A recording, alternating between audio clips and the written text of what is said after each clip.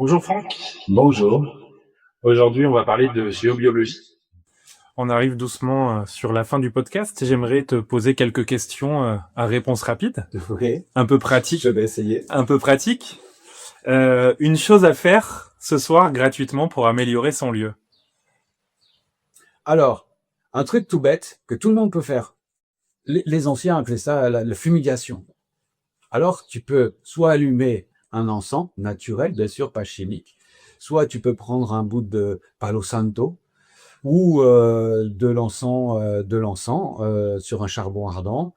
Il y a plein de matières à brûler qui vont justement purifier l'intérieur.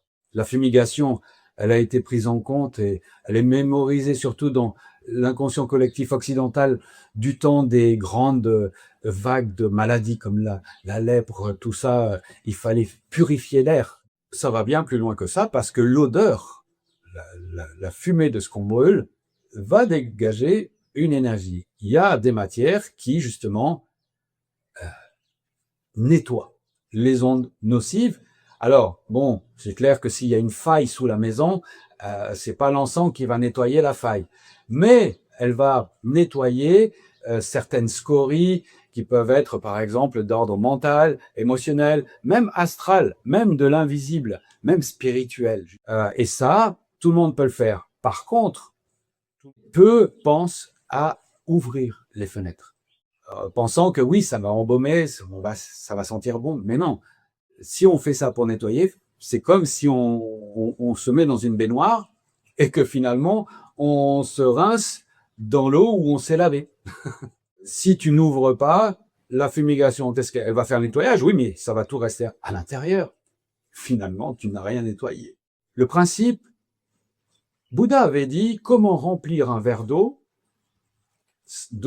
sale, comment le remplir d'eau propre, pure, sans en vider le contenu. Il suffit de verser dedans.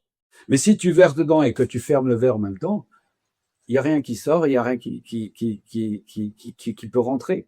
Donc, si tu ouvres pendant que tu encenses, forcément, la fumée, oui, elle va orienter tout ce qui n'est pas compatible avec sa fréquence, elle va l'orienter dehors. Et finalement, ensuite, on peut fermer et puis laisser un autre encens ou laisser finir l'encens pour parfumer. D'accord. J'ai pas fait trop court, mais bon. C'était la réponse la plus longue du podcast, mais tant qu'il y a des choses intéressantes, c'est pas grave. Ok, merci. On se retrouve pour un prochain podcast. Avec plaisir. À très vite.